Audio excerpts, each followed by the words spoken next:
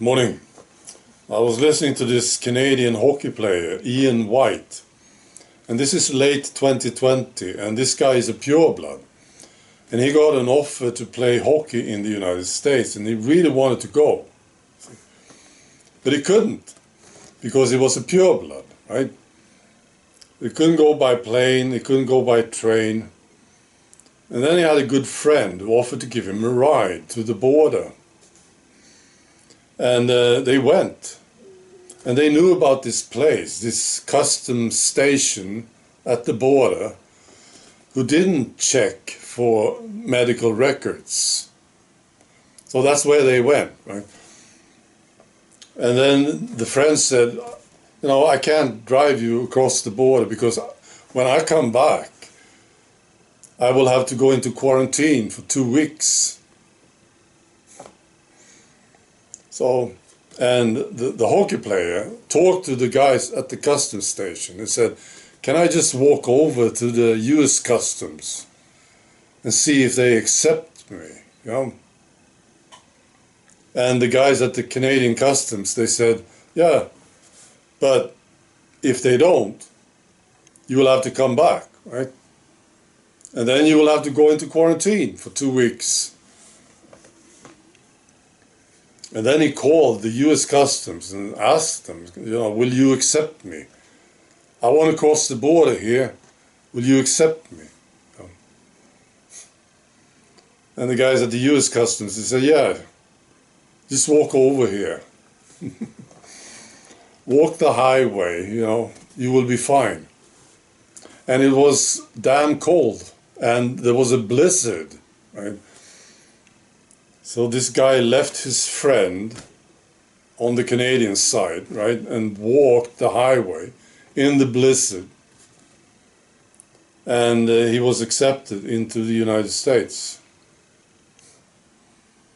Yeah, I knew what it was like. I knew about these rules in Canada, these insane rules.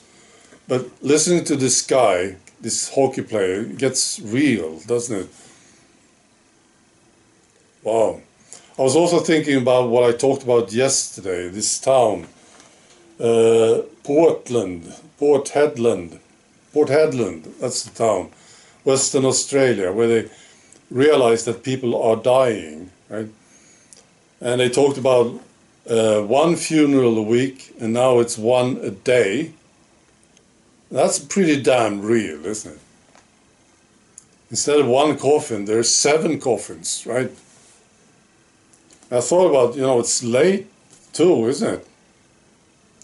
They gave the needle to people in Australia, I think early 2021, right? And now it's almost 2025. And people are dying, right? I was also thinking about my family. All my family took the needle. Not my kids, you know, I have 2 sons and they didn't take it, right? But, you know, the other ones, they took it, all of them. And one of them died, and this was my older brother, right? I told you about this. He died in July 2021, soon after taking the needle. And when I talked to people in my family, I said, you know, I believe that the needle killed him. I get pissed off still. I get pissed off about this. So one member of the family, this absolute idiot, right? He said, no, it's too late. It's been a month. He took the needle and then he died a month later. Too long time. See? So it can't be the needle.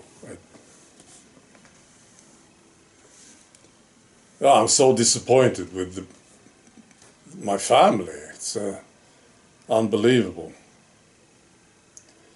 So, but I'm thinking about these things. And what does it look like now? If people are dying now, see, 4 years later. And Australia, I heard this, I don't know if it's true, but I heard that 95% of the citizens of Australia took the first two needles.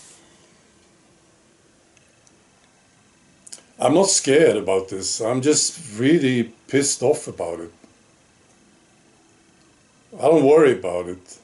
See, thinking about all these people who took it, and of course they were fooled, but they had a responsibility, of course, for themselves. It's just unimaginable that you could be in a condition where you don't question anything. You don't want to know, you don't want to find out what it is. You just take it because some jerk expert said so, right? It's hard for me to understand it. Still, 4 years later, I still don't get it. All right. Be good.